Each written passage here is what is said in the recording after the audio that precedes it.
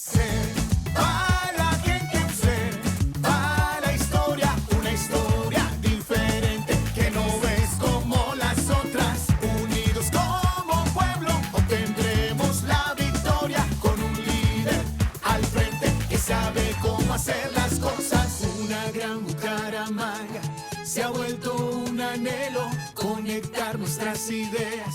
Se ha vuelto un proyecto donde cabemos todos. Y si se puede, cabemos más con una persona que sí sabe cómo funciona su ciudad. Ser para la gente un ser, para la historia una historia diferente que no ves como las otras. Unidos como pueblo obtendremos la victoria con un líder al frente que sabe cómo hacer las cosas.